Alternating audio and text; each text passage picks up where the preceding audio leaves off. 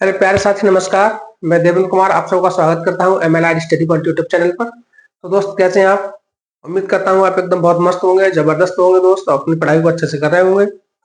जैसा कि आपको पता है हम लोग पढ़ रहे हैं RRB NTPC और ग्रुप डी के प्रीवियस ईयर प्रश्न।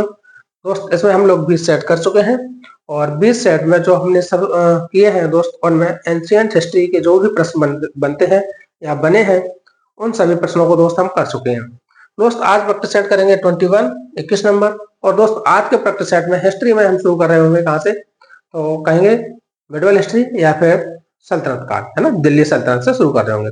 बाद बाकी जो फिजिक्स है, केमिस्ट्री है या बायोलॉजी है या फिर कंप्यूटर है या फिर आपसे कहें कि स्टैटिक्स का पोर्शन है ना, ज्योग्राफी है, तो दोस्त इन सभी के प्रश्नों को हम लगातार इसमें शामिल कर रहे हैं। ठीक है, लेकिन जैसे ही दोस्त हम लोग ये हिस्ट्री जो है वो खत्म करेंगे, उसके तुरंत बाद किसी दूसरे सब्जेक्ट के मतलब किसी दूसरे विषय के प्रश्नों की संख्या बढ़ा लेंगे। ठीक है, अभी क्योंकि हिस्ट्री के 10 प्रश्न कर रहे हैं, उसके बाद किसी दूसरे सब्जेक्ट के प्रश्नों को बढ़ा लेंगे। ठीक है दोस्त, तो शुरू करते हैं आज के इस प्रैक्टिस सेट को। और सबसे पहला प्रश्न है कि नीचे दिए गए शासकों का सही कालक्रम क्या है।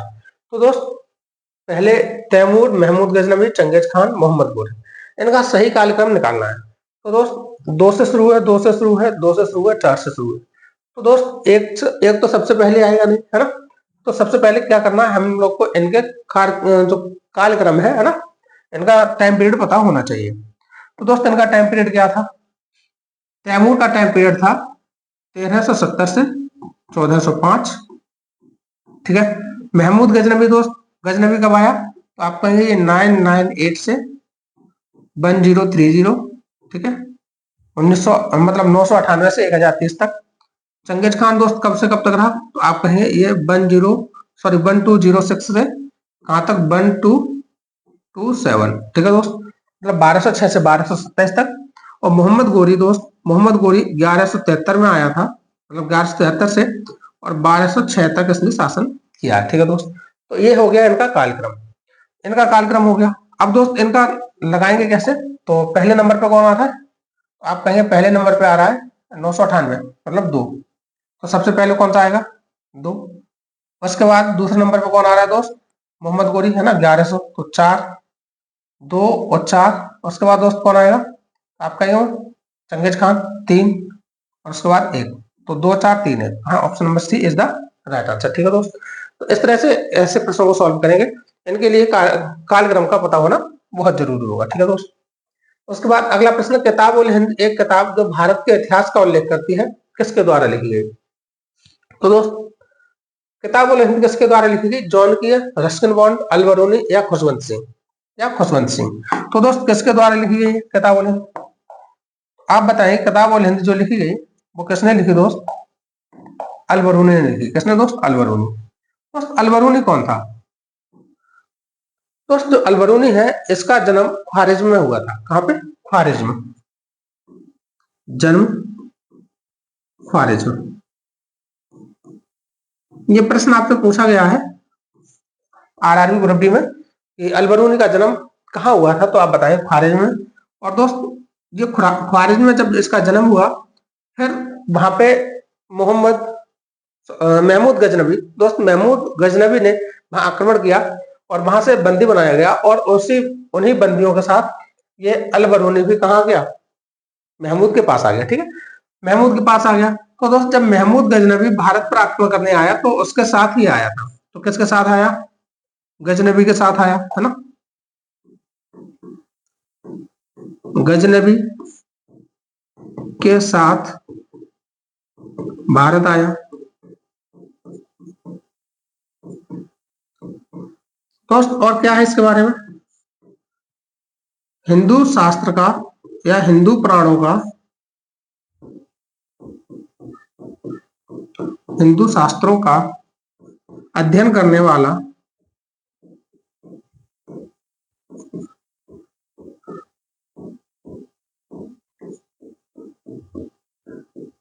प्रथम मुसलमान था,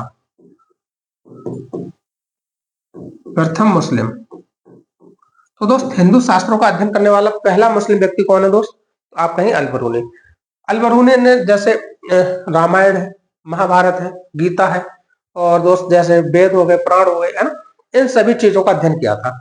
तो सबसे ज्यादा प्रभावित किससे हुआ? तो दोस्त ये सबसे ज्यादा ये गीता से अधिक प्रभावित था, प्रभावित हुआ।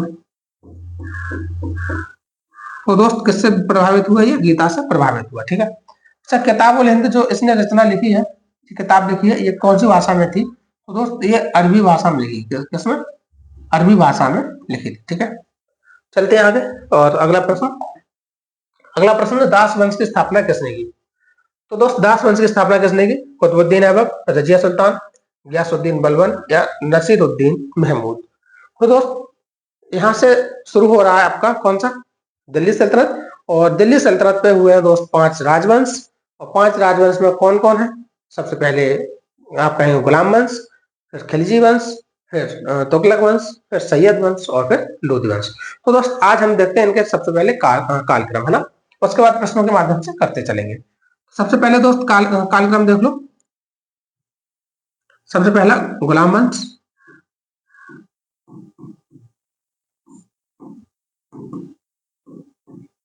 दूसरा दोस्त खिलजी वंश, तीसरा तुगलक वंश,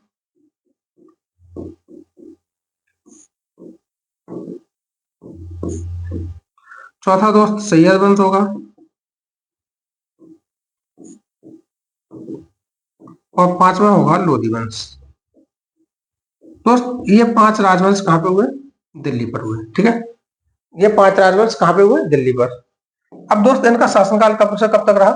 तो देखिए, गुलाम वंश दोस्त 1206 से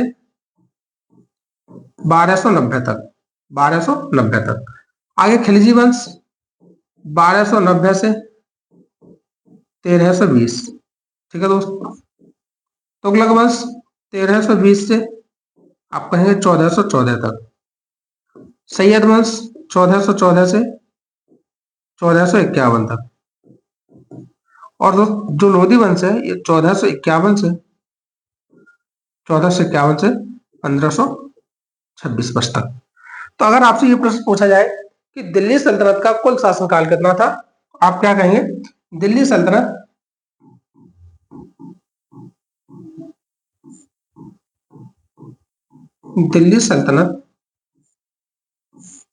के राजवंश है। दोस्त दिल्ली सल्तनत का जो शासनकाल आप कहेंगे 1206 से 1206 से कहां तक रहा दोस्त? 1526। तो कितने वर्ष का शासनकाल हो गया? तो दोस्त आप कहेंगे लगभग 320 वर्ष। कितने वर्ष? तो दिल्ली सल्तनत का शासनकाल कितना है दोस्त? आप कहेंगे 320 वर्ष। 320 वर्ष। अब आप जो शासनकाल लिखे हैं इसमें देख करके आप ये बताइए कि सबसे लंबा शासनकाल किसका है। तो आप देखेंगे गुलाम वंश, तो 90 में से 6 जाएगा तो दोस्त इनका 84 वर्ष रहा। कितना? 84 वर्ष। इनका लगभग 30 वर्ष ही रह गया, है ना। इनका दोस्त देखेंगे तो 80 और 14 94, 94 वर्ष हो गया। ठीक है दोस्त। और इनका कितना हो गया? कितना हो गया दोस्त? 37 वर्ष। 37 वर्ष। और दोस्त इनका लोधी वंश का कितना हो गया? तो आप कहेंगे कितना? 75 वर्ष। 75 वर्ष सबका हो गया। दोस्त अब आपसे चाहे असेंडिंग ऑर्डर में लगवा लो, चाहे डिसेंडिंग में लगवा लो, अब आप आराम से लगा पाएंगे। अगर आपसे पूछा जाए सबसे लंबा शासनकाल, तो आप देख रहे हैं सबसे लंबा किसका है? तुगलक का। तो सबसे बड़ा शासनकाल। और दोस्त अगर सबसे छोटा बात की जाए तो इनके ऊपर कौन है? खिलजी। तो इनका सबसे छोटा होगा। ठीक है, सबसे छोटा। ठीक है दोस्त। अब आपसे प्रश्न पूछा है दास वंश की स्थापना किसने की? तो दास वंश की स्थापना दोस्त गुलाम वंश, मतलब गुलाम वंश की स्थापना किसने की दोस्त? कुतुबुद्दीन ऐबक ने। ठीक है। गुलाम वंश इससे ममलूक वंश नाम से भी जाना जाता है, दास वंश से भी जाना जाता है, और गुलाम वंश के नाम से भी जाना जाता है। ठीक है दोस्त। इसकी स्थापना किसने की? कुतुबुद्दीन ऐबक ने की। तो दोस्त कुतुबुद्दीन ऐबक के बारे में और थोड़ा सा जानेंगे। दोस्त सबसे पहले गुलाम डायनेस्टी है ना,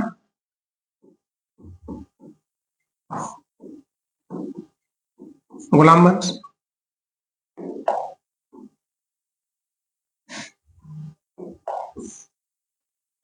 तो दोस्त गुलाम वंश में कुल 11 शासक हुए, 11 शासक हुए,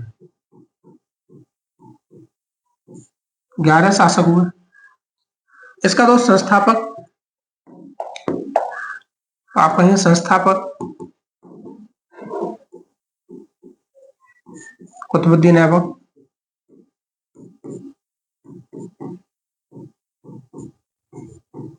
कुतुबुद्दीन ऐबक, ठीक है दोस्त। दोस्त जो ऐबक था ये किस वंश का था? तो ये कुतुबी वंश का था। कौन सा? इसका वंश था कुतुबी वंश, कुतुबी वंश, ठीक है दोस्त। उसके बाद इस पे दूसरा वंश, इसी गुलाम वंश में एक दूसरा वंश और था जिसे वास्तविक संस्थापक कहा जाता है। तो दोस्त वास्तविक संस्थापक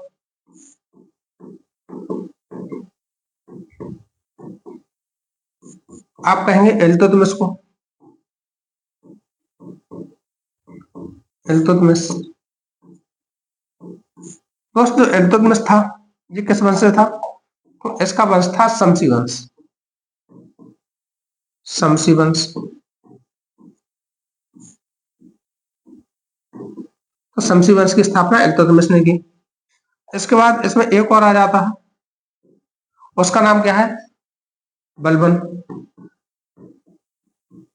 तो दोस्त जो बलबन आया इसने बलबनी वंश की स्थापना की। कौन से वंश की? बलबनी वंश,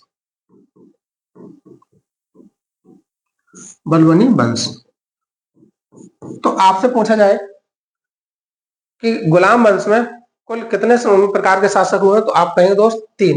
एक तो कुतुबी वंश, दूसरा शमसी वंश और तीसरा बलबनी वंश। कुतुबी वंश का संस्थापक कुतुबुद्दीन ऐबक, इल्तुतमिश किसका? शमसी वंश का है। और दोस्त बलबनी वंश का कौन है? तो आप कहेंगे बलबन। लेकिन ये तीनों है किसमें? ये तीनों गुलाम वंश में ही है, ठीक है दोस्त। उसके बाद दोस्त अब थोड़ा सा कुतुबुद्दीन ऐबक के बारे में और जानेंगे।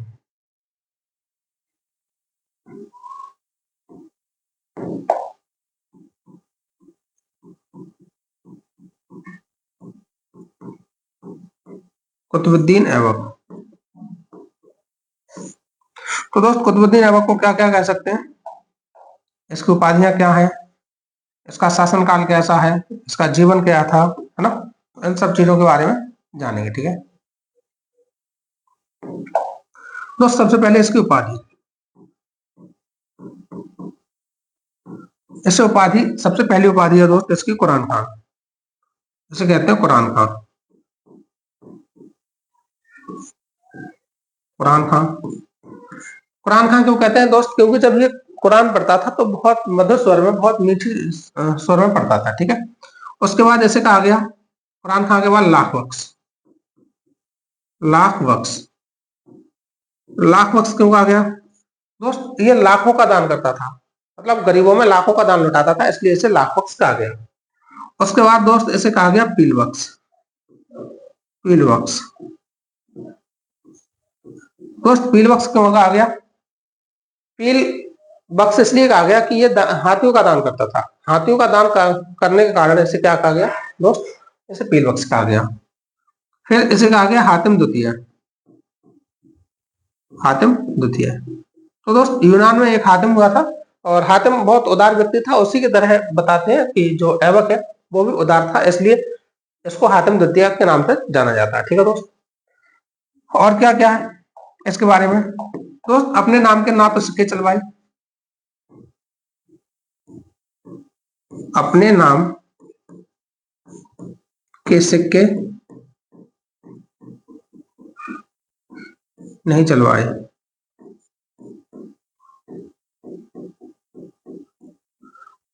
और ना खुतबा पढ़वाया, ना खुतबा पढ़वाया। दोस्त खुतबा क्या होता है? जैसे आजकल कॉपी पेंसिल है ना, इस तरह से लिखा जाता है, पहले पत्थरों पे लिखा जाता था, खुतबा का मतलब ये दोस्त, जैसे अभी हम शासक हो गए, अब तो फोन से पता चल रहा है या फिर सोशल मीडिया है कि पता चल जाता है कि चीन में कौन शासक बन गया या फिर बांग्लादेश में कौन शासक बन गया। लेकिन पहले क्या होता था दोस्त, एक दूसरे को बताया जाता था, एक दूसरे शासक को बताया जाता था, अब दिल्ली पे हमारा राज है ना, या लाहौर पे हमारा राज है दोस्त। कुतुबुद्दीन ऐबक की राजधानी कहाँ थी? लाहौर थी, है ना, इसकी राजधानी लाहौर थी। तो ये कुछ ना तो सिक्के चलवाए और ना खुतबा पढ़वाया, और क्या किया दोस्त, इसने जो शासन किया, सुल्तान की उपाधि भी धारण न की, केवल सिपह सलार नाम से शासन किया। सिपह सलार की उपाधि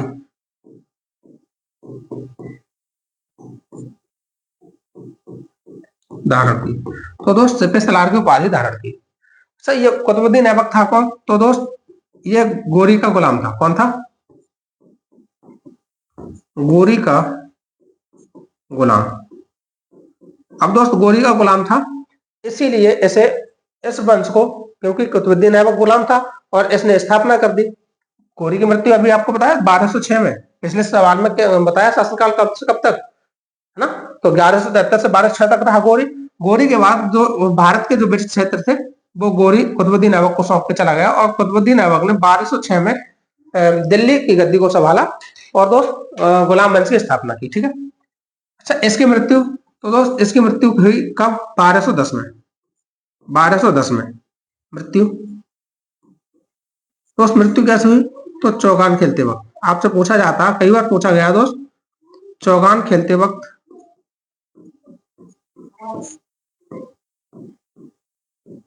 तो दोस्त आपसे पूछा गया कि चौगान खेलते समय किस शासक की मृत्यु हुई, तो आप कहेंगे ऐबक की हुई।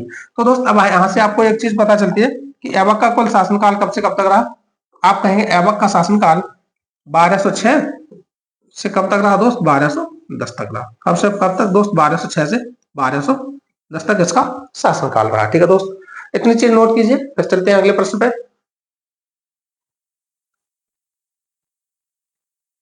और दोस्त इसके बाद कुतुबुद्दीन ऐबक, इसका कुछ निर्माण कार्य भी देखना यहीं पे, चलो देखते हैं। दोस्त कुतुबुद्दीन ऐबक ने निर्माण क्या क्या करवाया? निर्माण कार्य,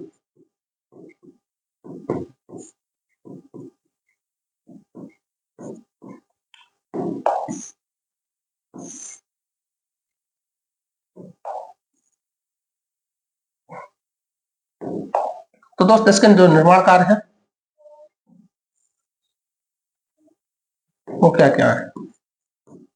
इसने कुब्बतुल इस्लाम मस्जिद का निर्माण करवाया।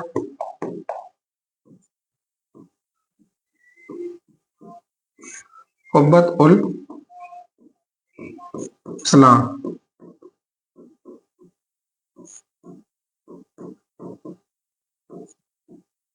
कुब्बत उल इस्लाम मस्जिद। ठीक है दोस्त, ये कहां पे? ये आप कहेंगे दिल्ली में, दिल्ली में, है ना। उसके बाद इसने 2.5 दिन का झोपड़ा,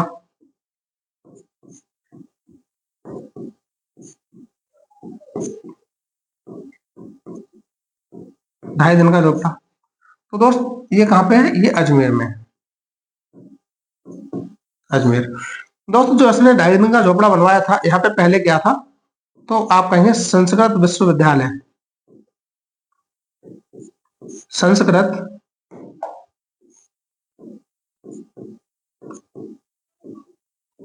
विश्वविद्यालय। तो संस्कृत विश्वविद्यालय था, इसको तोड़ करके इसने बनवाया था। अच्छा, ये संस्कृत विश्वविद्यालय किसने बनवाया था? तो आप कहेंगे ये बनवाया था, इसका निर्माण विग्रहराज फोर्थ, विग्रहराज फोर्थ ने इसका निर्माण करवाया था दोस्त। और इसी संस्कृत विश्वविद्यालय को तोड़कर अजमेर में 2.5 दिन का झोपड़ा बनवाया गया दोस्त। अच्छा, ऐसे 2.5 दिन का झोपड़ा क्यों कहते हैं? तो दोस्त जब कुतुबुद्दीन ऐबक शासन कर रहा था, तो उसने ऐलान किया था कि इस इमारत को तोड़कर आप जितनी जल्दी ये झोपड़ा बना दोगे, यहाँ पे जो बिल्डिंग है वो बना दोगे, उतनी ही जल्दी आपको खाना दिया जाएगा। उससे पहले ना तो किसी मजदूर को, किसी गुलाम को, किसी बंधक बंदी को ना तो खाना दिया जाएगा, ना पानी दिया जाएगा। तो दोस्त जो मजदूर थे इनके यहाँ, मतलब जो इनके गुलाम थे, उन्होंने मात्र ये 60 घंटे में बना के तैयार कर दिया था। कितने घंटे में? 60 आवर। तो दोस्त 60 आवर में कितने होते हैं? 2.5 दिन, इसीलिए 2.5 दिन का झोपड़ा कहा जाता है। ठीक है दोस्त, ये हो गया कुतुबुद्दीन ऐबक।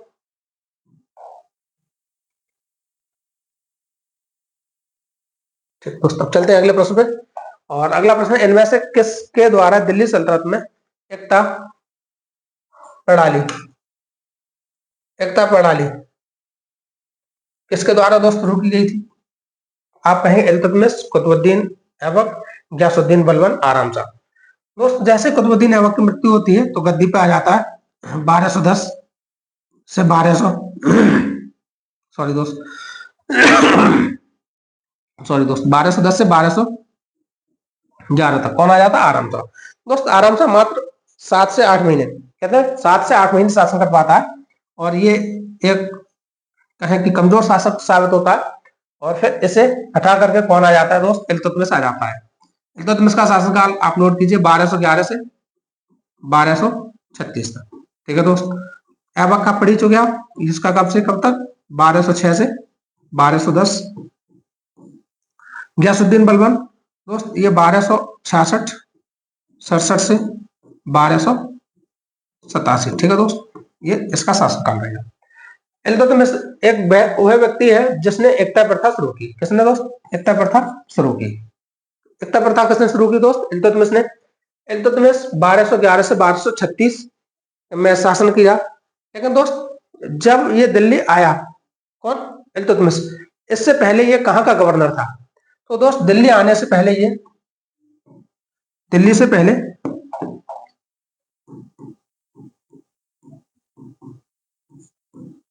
दिल्ली से पहले आप कहें बदख्शा। बदख्शा समझते हो ना, आज का बदायूं।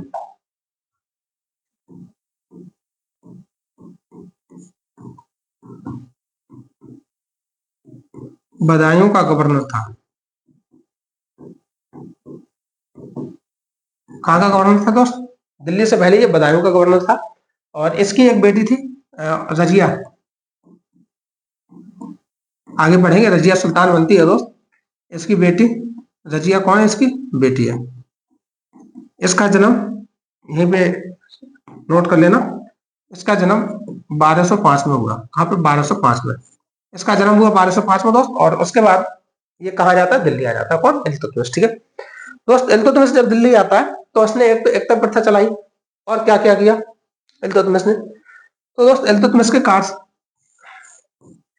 इसने चांदी का टंका और तांबा का जीतल चलवाया। ये क्या दोस्त? ये सिक्के हैं, ये दोनों सिक्के हैं। ठीक है, उसके बाद दोस्त इसने जो मिंट होती है ना, मिंट है ना, जैसे हम कहते हैं सिक्के डालने के लिए जो मिंट होती है दोस्त, मिंट का नाम अंकित करवाया है ना।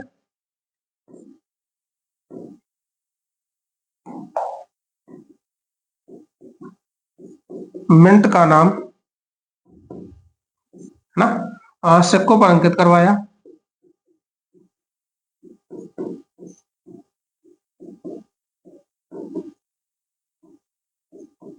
अंकित करवाया। और दोस्त और क्या किया इसने? आप कहेंगे इसने तुर्के चहलगानी,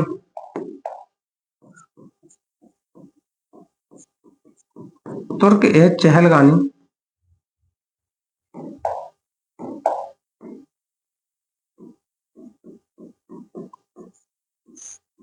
का गठन।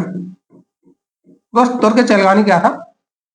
तुर्क चहलगानी में इल्तुतमिश ने 40 अच्छे सरदारों को रखा था जो इसके बहुत करीबी थे। यूं कहें रिश्तेदार वगैरह तो नहीं, मतलब रिश्तेदार भी थे कुछ, और कुछ इसके चुनिंदा सैनिक थे जो हर परिस्थिति में तैयार रहते थे, है ना। तो दोस्त इसने तुर्क चहलगानी का गठन किया। अच्छा, इसने गठन किया क्यों? क्योंकि उस समय ये था आराम शाह। आराम शाह दोस्त कहाँ का? लाहौर के सरदार। देखिए दो जगह के सरदार थे। जब कुतुबुद्दीन ऐबक शासन कर रहा था तो वो लाहौर में था। अब ये कहाँ गया? दिल्ली। तो दिल्ली के सरदार चाहते थे कि शासक दिल्ली में रहे, है ना, दिल्ली में बने। लेकिन लाहौर के सरदार चाहते थे कि लाहौर में रहे। इसलिए दिल्ली के सरदार और लाहौर के सरदारों के बीच एक युद्ध होता है जिसे जुड़ का युद्ध कहते हैं। कौन सा दोस्त? जुड़ का युद्ध कहते हैं। और ये जुड़ का युद्ध कब होता है दोस्त? 1211 में होता है। और जुड़ का युद्ध दिल्ली के सरदार जब जीत जाते हैं तो दिल्ली में कौन बन जाता है शासक? इल्तुतमिश बन जाता है। दोस्त जब इल्तुतमिश बन जाता है तो इल्तुतमिश के लिए बहुत सारी चुनौतियां थी, इसलिए इसने अपनी स्वयं की सुरक्षा के लिए ये 40 तुर्क सरदार है ना, तुर्क चहलगानी, इसमें कौन से सरदार थे? 40 के 40 तुर्क सरदार थे। इन सरदारों का गठन किया। उस समय तो दोस्त ये ठीक रहा, लेकिन आगे उसने ये नहीं सोचा कि आगे चल के हमारे वंशजों के लिए ये कितने खतरनाक साबित हो सकते हैं। आगे चल के क्या होता क्या है, सारी शक्तियां ये जो 40 तुर्क सरदार थे इन्होंने अपने हाथ में ले ली। ये जिसको चाहे राजा बनाते, जिसको चाहे उसे उतार देते, है ना। तो ये इसने नहीं सोचा था, लेकिन उसने उस दौरान अपनी जो परिस्थिति थी उसके अकॉर्डिंग इनका गठन किया। ठीक है दोस्त, तो ये था इल्तुतमिश। चलते हैं अगले प्रश्न पे और धीरे धीरे पढ़ते चलेंगे दोस्त। किसने नौरोज नामक प्रसिद्ध फारसी त्योहार की शुरुआत की? तो दोस्त नौरोज की शुरुआत किसने की? तो नासिरुद्दीन महमूद बुगरा खां, गयासुद्दीन बलबन या शमसुद्दीन ह्यूमस। दोस्त तो ये नवरोज किसने शुरुआत की? तो आप कहेंगे बलबन ने। किसने दोस्त? बलबन ने। बलबन का शासनकाल आप कहेंगे 1266 से 1287 तक। ठीक दोस्त, बलबन जो था ये भी 40 तुर्क सरदारों के समूह में था। बलबन जो था ये भी 40 तुर्क सरदारों के समूह में शामिल था। अच्छा, जब ये शामिल था तो दोस्त इसने सारी परिस्थितियां देखी हुई थी, इसलिए इसने सबसे पहले तुर्क चहलगानी का विनाश किया। तुर्क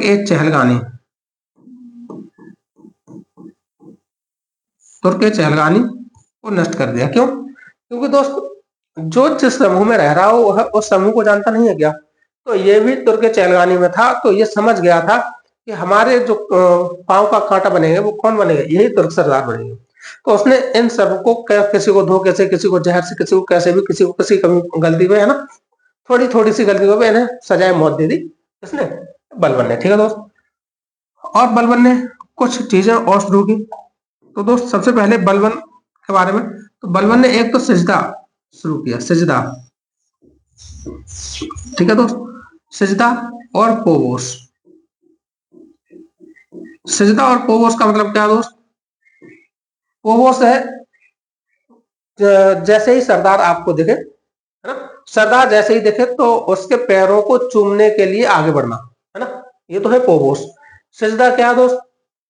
सजदा जो सरदार है ना, सुल्तान है, उसके सामने घुटनों के बल बैठकर उसे सलाम करना, ये क्या दोस्त? सजदा है। ठीक है, तो इसने सजदा और पोबोस शुरू की।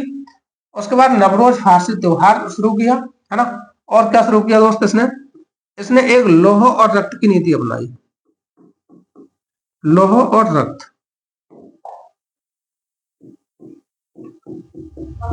लौह रक्त की नीति। तो दोस्त लौह रक्त की नीति अपनाई किसने? आप कहेंगे बलबन ने। ठीक है, और दोस्त इसकी जो उपाधि है, बलबन की उपाधि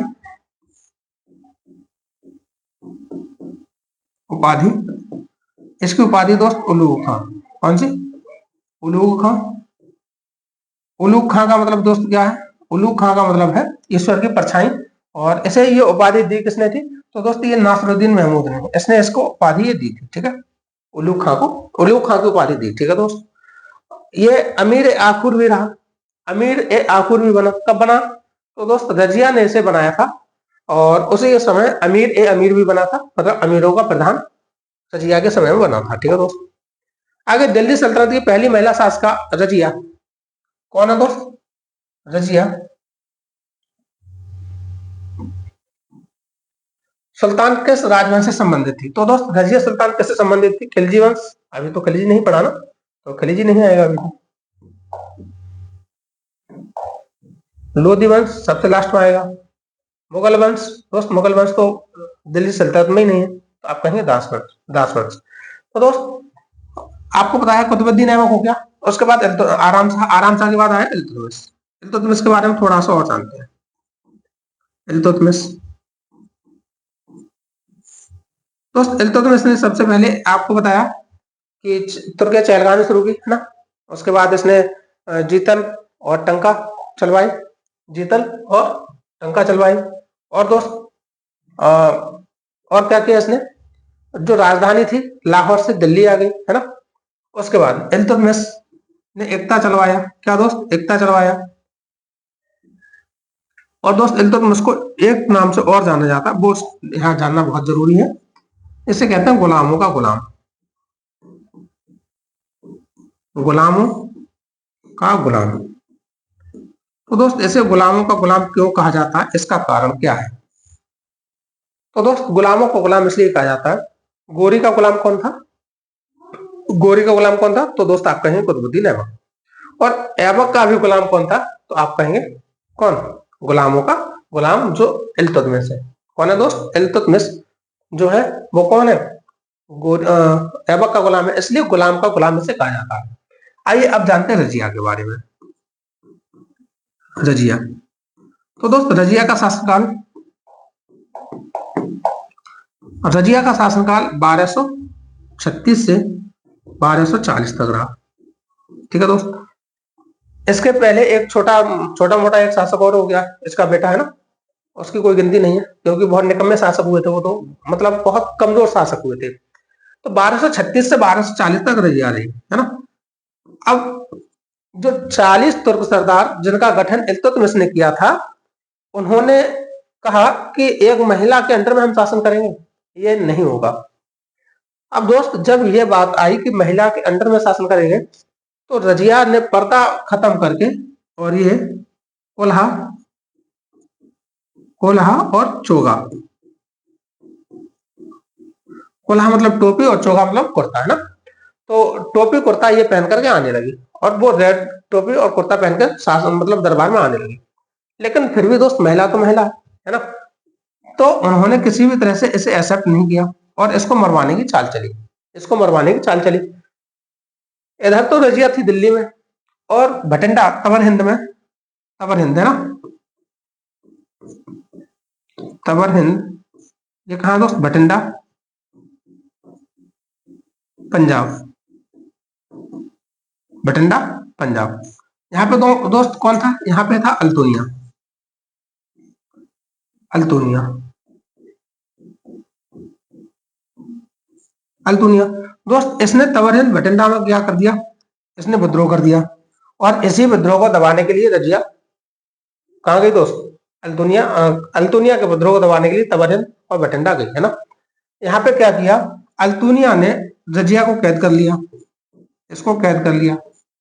अब दोस्त प्रश्न आपसे ये पूछा जाता कि रजिया को कैद करके कहाँ रखा गया था, तो दोस्त इसे किला मुबारक में, हाँ किला मुबारक,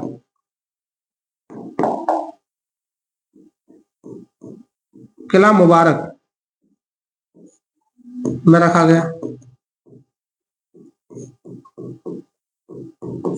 खैर दोस्त अल्तुनिया और रजिया बाद में एक दूसरे के लिए सहमत हो जाते हैं, और ये फिर चलते हैं दिल्ली की तरफ, क्योंकि दिल्ली में तब तक विद्रोह कर दिया था जो 40 तुर्क सरदार थे, क्योंकि दिल्ली रजिया दिल्ली से बाहर थी और उन्होंने विद्रोह कर दिया।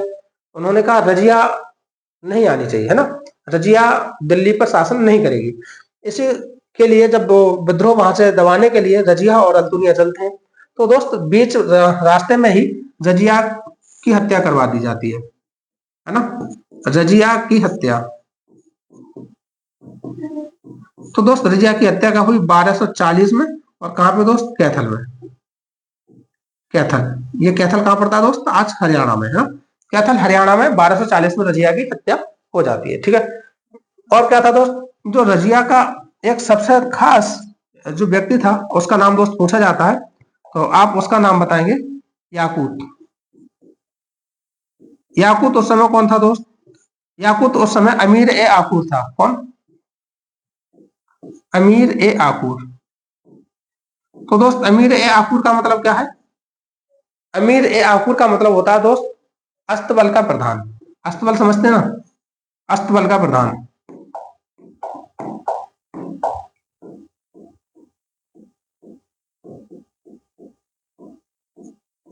अस्तबल का प्रधान, अस्तबल दोस्त क्या होता है, जहां घोड़े रखे जाते हैं, शाही अश्वशाला का प्रधान कौन था? याकूब था। ठीक है दोस्त, तो चलते हैं आगे अगले प्रश्न पे।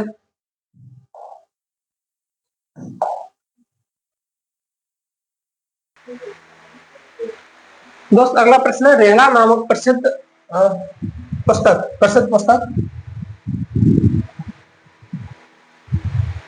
निम्नलिखित में से किसके द्वारा लिखी गई, जिसमें 14वीं शताब्दी में भारतीय उपमहाद्वीप के सामाजिक और सांस्कृतिक जीवन के बारे में अत्यंत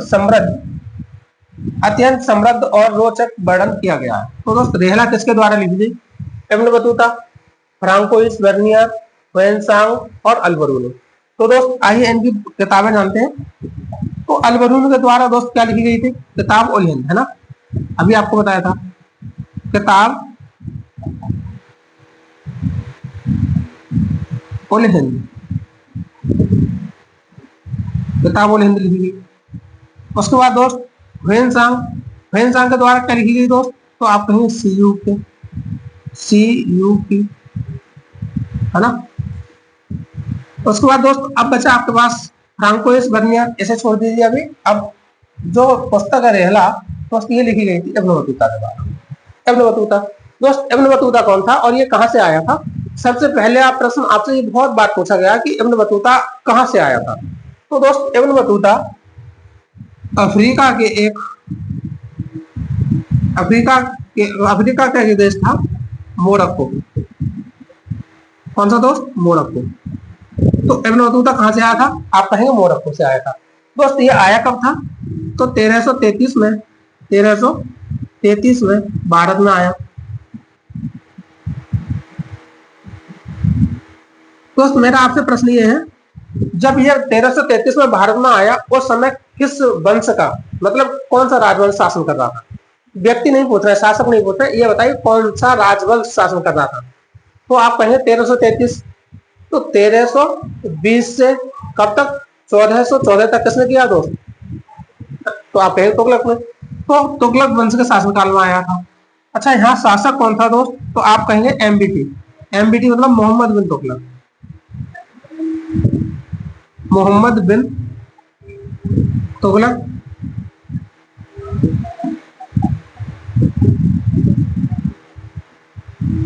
बिन तुगलक इसका शासनकाल था। और दोस्त इसका शासनकाल रहा है 1325 से 1351 तक। दोस्त जब ये इब्न बतूता आया, तो इब्न बतूता का जो स्वागत किया वो MBT मतलब मोहम्मद बिन तुगलक ने किया, और इसने दिल्ली का काजी बनाया। दिल्ली का काजी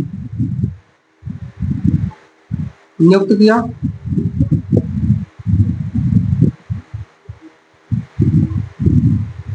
और चीन का राजदूत बनाकर, चीन में अपना दूत बनाकर भेजा।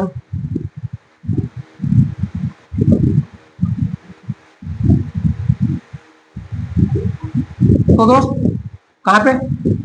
तो इब्न बतूता है दोस्त मोरक्को से आया था। 1333 में भारत आया, है ना। 1333 में कौन था? आप कहेंगे तुगलक वंश था। तुगलक वंश में मोहम्मद बिन तुगलक का शासन था। मोहम्मद बिन तुगलक का शासनकाल 1325 से 1351 था। और दोस्त दिल्ली का काजी नियुक्त किया किसने? MBT मोहम्मद बिन तुगलक ने। कैसे दोस्त? आप कहेंगे इब्न बतूता को। और चीन में अपना दूत बनाकर भी भेज दिया था। ठीक है दोस्त, अब आगे चलते हैं अगले प्रश्न पर। रानी पद्मावती किस शहर से संबंधित है? तो दोस्त रानी पद्मावती पुस्तक जोधपुर, चित्तौड़गढ़ या उदयपुर। तो दोस्त रानी पद्मावती आपने सुना होगा और मूवी भी देखी होगी, रानी पद्मावत, है ना, पद्मावत। तो दोस्त जो पद्मावती थी वो कहां से थी? तो आप कहेंगे चित्तौड़गढ़। चित्तौड़गढ़ के एक राजा थे, राणा रतन सिंह। ठीक है दोस्त, तो 1302 या 1303 की बात है। 1302 और 3 दोनों लिखा मिलता है। बस 1303 में जब अलाउद्दीन खिलजी, कौन? खिलजी वंश का शासन था ना। 1320 तक कौन रहेगा? 1320 तक कौन रहेगा? 1290 से 1320 तक कौन रहेगा? खिलजी रहेंगे। तो दोस्त खिलजियों में भी अलाउद्दीन खिलजी 1303 में चित्तौड़गढ़ फतेह करने के लिए निकलता है, चित्तौड़गढ़ जीतने को निकलता है। लेकिन वो 7 महीने तक कहाँ किले के बाहर डेरा डाले रहता है ना। और परिस्थिति ये आ गई कि चित्तौड़गढ़ में फिर बहुत सारी समस्याएं, क्योंकि आना जाना सारा कुछ बंद था ना वहाँ। तो दोस्त, तो राणा रतन सिंह ने अपने आप का आत्मसमर्पण कहते कर दिया था, लेकिन कई इतिहासकार कहते हैं कि आत्मसमर्पण नहीं किया था, और राणा रतन सिंह को अलाउद्दीन ने धोखे से कैद किया था। और धोखे से कैद करने के बाद दोस्त कहाँ ले गया, दिल्ली ले गया, और शर्त लगाई कि अगर रानी पद्मिनी को ना दोगे, क्योंकि उसने ये सुन रखा था कि रानी पद्मिनी बहुत सुंदर है ना। तो उसके मन में ये लालसा जगी कि पद्मिनी को मैं अपने पास ले आऊं। तो राणा रतन सिंह को जब अलाउद्दीन खिलजी दिल्ली ले जाता है, तो उसने शाही फरमान भेज दिया और कहा कि उधर से आप रानी पद्मिनी को लाइए और इधर से आप अपने राणा को ले जाइए, ऐसा फरमान आया। तो दोस्त, इनके राणा रतन सिंह के दो सेनापति थे जिनका नाम था दोस्त, जिनका नाम क्या था दोस्त, इनके जो सेनापति थे इनका नाम था गोरा और बादल। गोरा और बादल, ये दोस्त बड़े अच्छे लड़ाका थे। इन्होंने फरमान भेजा कि ठीक है, हम रानी पद्मिनी को भेजेंगे, लेकिन ये रानी पद्मिनी को ना भेजकर उनमें 700 स्त्रियां बिठाई है ना। 700 डोली लेकर के जाते हैं, और 700 तो स्त्रियां वो हो गई है ना, स्त्रियों के रूप में कौन हो गए, वो भी अच्छे लड़ाका थे। और 4 कहार, मतलब तो एक डोली पे कितने हो गए, 5। तो इस तरह से दिल्ली में 5 सैनिक एक डोली पे, मतलब 3500 सैनिक प्रवेश करते हैं, और फिर वहां पे होता एक, ठीक है। तो दोस्त, ऐसा जब राणा रतन सिंह इसके बाद जब मारे जाते हैं, तो रानी पद्मिनी जौहर करती है कहाँ पे, चित्तौड़ में। तो ये कहाँ की थी रानी दोस्त, चित्तौड़गढ़ की रानी, ठीक है। अगला प्रश्न है, देश के शासनकाल के दौरान निर्मित बेगमपुरी मस्जिद दिल्ली में उनकी राजधानी जहांपना की प्रमुख मस्जिद थी। तो दोस्त, ये किसकी प्रमुख मस्जिद थी, कुतुबुद्दीन ऐबक, मोहम्मद तुगलक, गयासुद्दीन बलबन, या फिर अगला है नसीरुद्दीन तुगलक। तो दोस्त, किसके शासन के दौरान निर्मित बेगमपुरी मस्जिद दिल्ली में उनकी राजधानी जहांपनाह की प्रमुख मस्जिद थी। तो दोस्त, आप कहेंगे ये एमबीटी की थी, जैसे मोहम्मद बिन तुगलक की। दोस्त, जहां इसके जो मस्जिद की निर्माण किया गया था, ये लगभग 1350 में बनवाई गई है ना, निर्माण। और दोस्त, जहांपना शहर की कहाँ पे है, ये जहांपना शहर दिल्ली में है, दिल्ली का शहर। और दोस्त, जो बेगमपुरी मस्जिद ये बनवाई गई, और या फिर जो जहांपना शहर बसाया गया, तो इसकी जो दीवारें थी वो सीरी के किला तक, कहाँ तक दोस्त, सीरी के किला तक लगती थी। और ये जो बनवाया गया था, तो दोस्त मंगोलों के आक्रमण से बचने के लिए बनवाया गया, ठीक है, किसके, मंगोलों के आक्रमण से बचने के लिए। अगला प्रश्न है, एक प्रसिद्ध यात्री इब्न बतूता का मूल निवास क्या था। तो दोस्त, अब आपको समझ में आ गया होगा कि देख रहे हो कितने बार पूछा गया, 20 में, 18 में, 18 में, 20 में, ग्रुप डी में भी पूछा गया, एनटीपीसी में। तो दोस्त, इब्न बतूता का मूल स्थान क्या था, आप कहेंगे मोरक्को। कहां से आया था दोस्त, मोरक्को। मोरक्को कहां पे पड़ता है दोस्त, आज के अफ्रीका में पड़ता है, ठीक है। अगला प्रश्न है, भारतीय संविधान के निम्नलिखित में से किस अनुच्छेद में लिखा गया है कि भारत अर्थात इंडिया राज्यों का संघ होगा। तो दोस्त, किस अनुच्छेद में ऐसा कहा गया है, तो आप कहेंगे अनुच्छेद 1 में। किसमें, अनुच्छेद 1 में कहा गया कि भारत अर्थात इंडिया राज्यों का संघ होगा। 2 में दोस्त क्या है, 2 में संसद को अधिकार है, क्या अधिकार है दोस्त, संसद किसी नए राज्य का प्रवेश कर सकती है, किसी नए राज्य का प्रवेश। जैसे कल को पाकिस्तान ये गए कि हम भारत में शामिल होना चाहते हैं, तो दोस्त कैसे, आर्टिकल 2 से, है ना, किसी नए राज्य का प्रवेश, ठीक है। तो आर्टिकल 2 से संसद उसे भारत में शामिल कर पाएगी, ठीक है।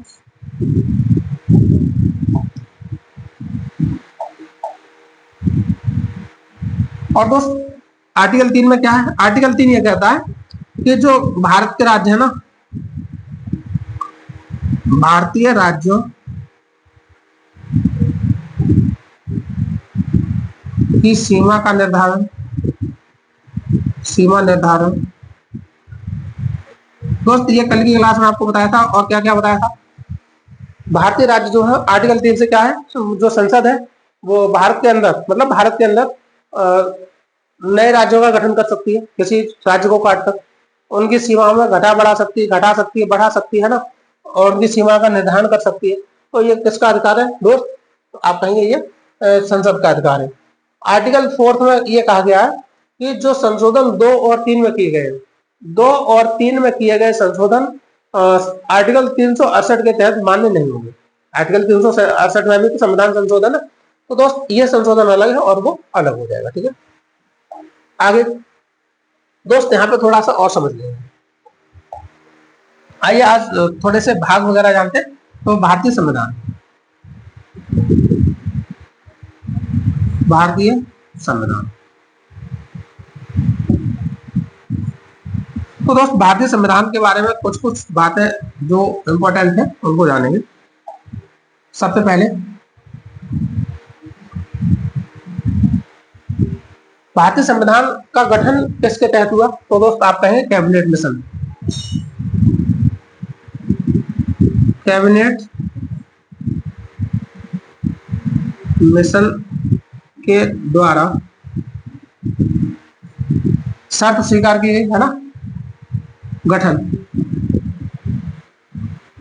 उसके बाद दोस्त संविधान सभा बनी, संविधान सभा। तो दोस्त ये सारे प्रश्न तो हम बता चुके हैं आपको। आइए संविधान से शुरू करते हैं ना। संविधान, इसमें दोस्त 22 भाग है ना। आज भाग देखते हैं। 22 भाग, 22 भाग में पहला भाग, भाग 1 में क्या है? तो दोस्त भाग 1 में कहेंगे राज्यों का क्षेत्र, राज्यों का क्षेत्र। ठीक है दोस्त। भाग 2, भाग 2 में दोस्त क्या है? तो आप कहेंगे नागरिकता। भाग 3, भाग 3 में दोस्त मौलिक अधिकार।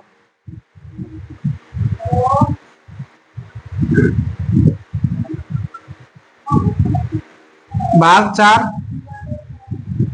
दोस्त, भाग 4 में आप कहेंगे राज्य के नीति निर्देशक तत्व, राज्य के नीति निर्देशक,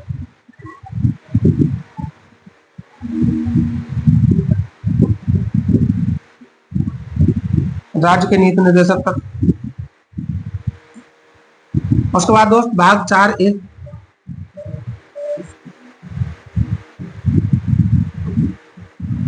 भाग 4A दोस्त, इसमें क्या है? इसमें मौलिक कर्तव्य।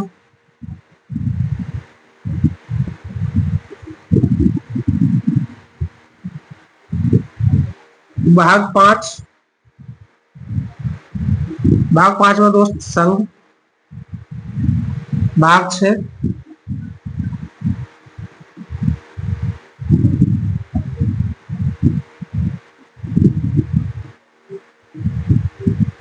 और भाग 6 में दोस्त क्या है? राज्य। आज यहां तक पढ़ेंगे। भाग 1 में दोस्त राज्य क्षेत्र है ना, भाग 2 में नागरिकता, भाग 3 में मूल अधिकार, भाग 4 में राज्य के नीति निर्देशक तत्व, भाग 4A में मौलिक कर्तव्य, और दोस्त भाग 5 में संघ हो जाएगा और भाग 6 में राज्य हो जाएगा। अच्छा, भाग 1 में जो आर्टिकल आएंगे तो आप कहेंगे आर्टिकल 1 से 4 तक, आर्टिकल 1 से 4 तक दोस्त। इसमें आर्टिकल होंगे आर्टिकल 5 से 11, इसमें नागरिकता में दोस्त आर्टिकल 12 से 35, इसमें होंगे दोस्त आप कहेंगे मूल अधिकार में। ठीक है, फिर आर्टिकल 12 से 35 के बाद 36 से 51, वहां तक दोस्त 36 से 51 तक राज्य के नीति निर्देशक तत्व होंगे। और दोस्त 51 से आर्टिकल 51 से वहां तक दोस्त आप कहेंगे 100। इसमें दोस्त इसकी बात करो पहले तो आर्टिकल 51A है ना, 51A। और दोस्त इसकी बात करें तो इसमें होंगे आर्टिकल 52 से 151 तक। ठीक है दोस्त। और इसमें होंगे दोस्त आर्टिकल 152 से, एक मिनट रुकना दोस्त, प्लीज एक मिनट। हाँ तो दोस्त क्या बता रहे थे आपको भाग 6 में क्या राज्य, हाँ आर्टिकल 152 से दोस्त 237 तक, कहाँ तक दोस्त 152 से 237 तक किसमें होंगे, तो यह आपके भारतीय संविधान के भाग 6 में हो जाएंगे। ठीक है, तो आप दोस्त आज इनको पढ़ के रखना है ना, कल इसके आगे पढ़ेंगे। अगला है सन देश में उड़ीसा भारत में एक स्वतंत्र राज्य के रूप में शामिल हुआ था और अब भी है। तो कब दोस्त हुआ था, तो उड़ीसा 1950 में, 1950 में दोस्त। कैसे 1950 में, आप कहेंगे 1950 कैसे, 1936 में तो उड़ीसा का गठन हुआ है। तो दोस्त उड़ीसा का गठन कब हुआ, उड़ीसा का गठन, तो दोस्त आप कहेंगे 1 अप्रैल 1936। और दोस्त 1 अप्रैल को उड़ीसा दिवस मनाया जाता, कौन सा दिवस, उड़ीसा दिवस।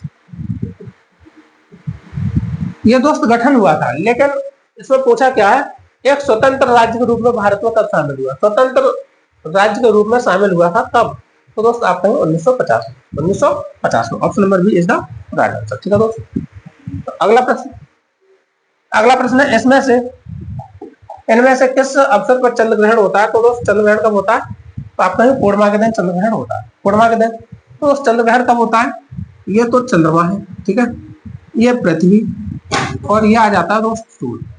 तो सूर्य, अर्थ और मून, दोस्त जब सूर्य और चंद्रमा के बीच में पृथ्वी आ जाती है तो सूर्य का प्रकाश चंद्रमा पे नहीं जा पाता और ये पूर्ण रूप से ब्लैक स्पॉट दिखता है, मतलब ब्लैक दिखाई देता है, मतलब दिखता ही नहीं है।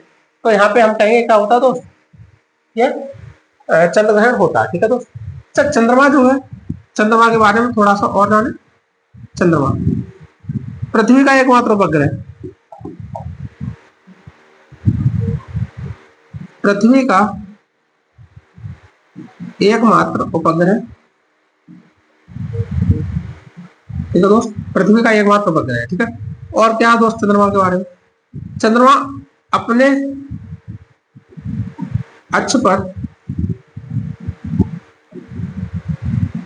एक चक्कर, अगला प्रश्न तो नहीं है ये,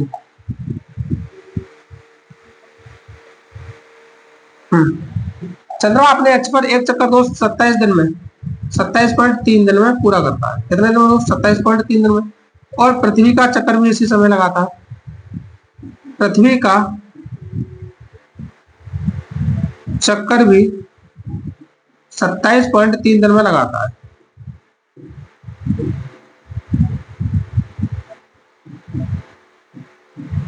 दोस्त अगर पृथ्वी से दूरी, तो इसकी पृथ्वी से दूरी कितनी है,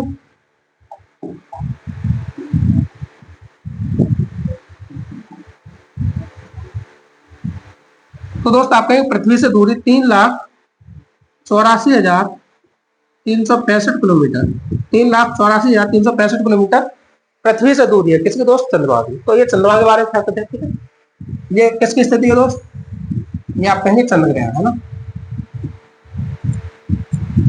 और ये दोस्त हमेशा पूर्णिमा के दिन ही होता है। ठीक है, अगला प्रश्न है, एक पूर्णिमा से दूसरी पूर्णिमा के बीच की समयावधि कितनी होती है दोस्त, एक पूर्णिमा से दूसरी पूर्णिमा, तो पूर्णिमा कब होती है, जब वो आसमान में जो चांद है, मतलब चंद्रमा है, वो पूर्ण रूप से गोल दिखाई देता है। चंद्रमा कैसे दिखाई देता है, तो पूर्ण रूप से इस तरह का चंद्रमा दिखाई देने लगता है, गोल है ना। जब गोल दिखाई देता है तो इसी को कहते हैं पूर्णिमा। फिर पूर्णिमा के बाद दोस्त चंद्रमा बिल्कुल घटता जाता है, पहले इस तरह से घटेगा, है ना, फिर थोड़ा सा और घटेगा, फिर थोड़ा सा और घटेगा, और एक समय आता है कि पूर्ण रूप से घट जाता है ना। फिर धीरे धीरे जब जिस दिन पूर्ण रूप से घट जाता है, दिखाई नहीं देता, उस समय होती है अमावस्या। क्या होती है दोस्त, अमावस्या, कहते हैं अमावस की काली रात, तो उस समय अमावस्या होती है। फिर धीरे धीरे बढ़ने लगता है, फिर धीरे धीरे बढ़ने लगता है, और दोस्त जब ये पूरा हो जाता है दोबारा से, तब फिर से पूर्णिमा आती है। तो दोस्त ये 29 दिन होता है, 29 दिन से थोड़ा अधिक, 30 दिन, 28 दिन, तो दोस्त 29 दिन से थोड़ी सी अधिक समय लगता है एक पूर्णिमा के बाद दूसरी पूर्णिमा को आने में। तो दोस्त पूर्णिमा कब रिपीट होगी, आप कहेंगे 29 दिन से थोड़ा सा अधिक रहेगा। ठीक है, गणगौर, गणगौर भारत के किस राज्य का प्रसिद्ध त्योहार है, तो दोस्त गणगौर कहाँ का प्रसिद्ध त्योहार है, तो आप कहेंगे राजस्थान, गुजरात, महाराष्ट्र या छत्तीसगढ़। तो दोस्त आप कहाँ का बताएंगे प्रसिद्ध त्योहार ये, बताइए एक बार।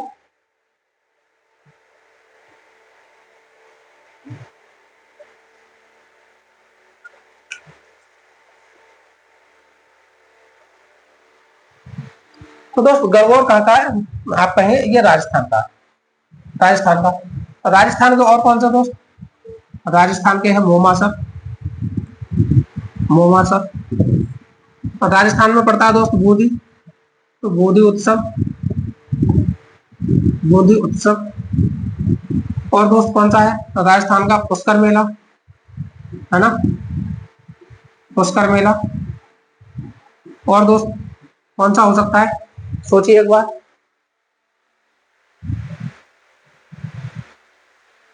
और क्या दोस्त? पुष्कर, पुष्कर के बाद मरु मरुस्थल यहाँ पे ना, तो मरु उत्सव। मरु उत्सव भी कहाँ मनाया जाता है दोस्त? तो आप कहेंगे राजस्थान में, ठीक है।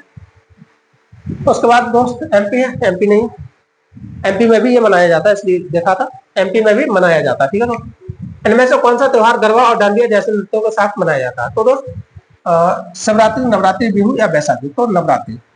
नवरात्रि दोस्त। अच्छा, ये गरबा और डांडिया, गरबा और डांडिया है कहाँ के? तो आप कहेंगे दोस्त ये गुजरात की। कहाँ के? गुजरात के डांस है दोस्त। गरबा के बारे में तो एक चीज और है, ये 15वीं अमूर्त सांस्कृतिक विरासत बनी है।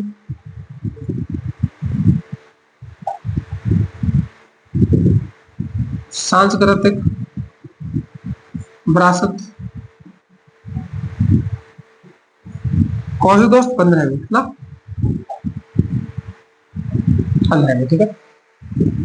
और दोस्त यही 15वीं तो है अभी, इससे इसके बाद तो कोई बनी नहीं है। 2021 में शामिल किया गया था। रिक्टर पैमाने के बारे में निम्नलिखित में से क्या गलत है? ऐसे 1935 में चार्ल्स रिक्टर द्वारा गुटेनबर्ग द्वारा विकसित किया गया, ये तो दोस्त ठीक है। 1935 में चार्ल्स रिक्टर और गुटेनबर्ग ने इसे खोजा था, ठीक है। एक लघुगणकीय पैमाना, ये भी दोस्त ठीक है। ऐसे भूकंप मापी के उपयोग द्वारा मापा जाता है, ठीक है दोस्त। ये भूकंप के लिए मापा जाता है। रिक्टर पैमाने पर 8 से 9 की तीव्रता का अर्थ है हल्का, नहीं दोस्त, हल्का नहीं। 8 से 9 की तीव्रता का मतलब है भारी भूकंप, भारी भूकंप। तो यही गलत हो जाएगा, ठीक है।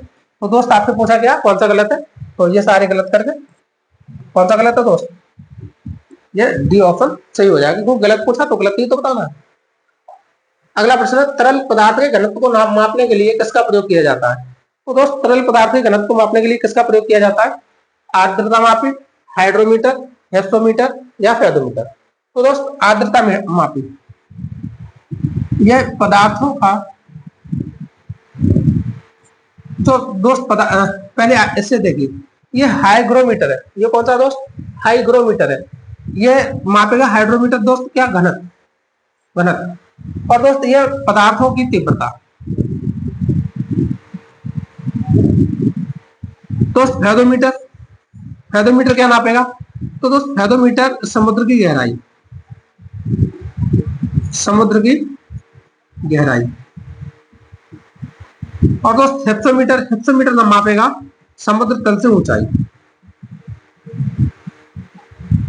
समुद्र तल से ऊंचाई, ठीक है दोस्त। तो समुद्र तल से ऊंचाई कौन मापता है? तो आप कहेंगे हेक्सोमीटर। समुद्र की गहराई कौन मापता है दोस्त? फेदोमीटर।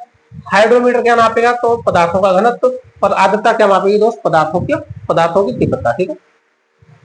सोडियम में 69 ग्राम में सोडियम के 3 मोल है, तो सोडियम का परमाणु द्रव्यमान क्या हुआ? तो दोस्त परमाणु द्रव्यमान,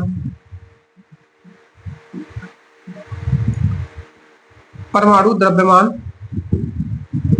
बराबर होता है दोस्त गिवन, गिवन मास, या ठीक है ऐसी ऐसी लिखिए, गिवन मास दिया गया द्रव्यमान बट्टे मोल, है ना दोस्त। तो कितना होगा? गिवन मास 69 और कितने मोल दोस्त? 3, है ना। तो 3 से काटोगे आप, 3 दूनी 6 और 3 का 9, कितना? 23 ग्राम। इसका द्रव्यमान कितना दोस्त? आप कहेंगे 23 का, ठीक है। 23 ग्राम इसका द्रव्यमान हो जाएगा। वैसे आप देख लो, ये 3 मोल का है ना, 3 मोल का है। और 1 मोल का निकालिए आप, सोडियम के 1 मोल का, है ना। सोडियम के 3 मोल का 69 है, तो 1 मोल का 23 हो जाएगा। अगला दोस्त, हीलियम के 64 ग्राम में कितने मोल मौजूद है? तो दोस्त यहाँ पे उल्टा पूछ लिया है। तो हीलियम के 64 ग्राम में, है ना। तो हीलियम का कितना होगा दोस्त द्रव्यमान? हीलियम का द्रव्यमान, तो दोस्त हीलियम को लिखेंगे कैसे, आप कहेंगे 2He4 लिखा जाएगा। अच्छा, जो इसमें 2 लिखा है ये क्या है, तो दोस्त इसे हम कहेंगे परमाणु क्रमांक, परमाणु क्रमांक। और दोस्त जो परमाणु क्रमांक होता है इसी को हम कहते हैं प्रोटॉनों की संख्या, प्रोटॉनों की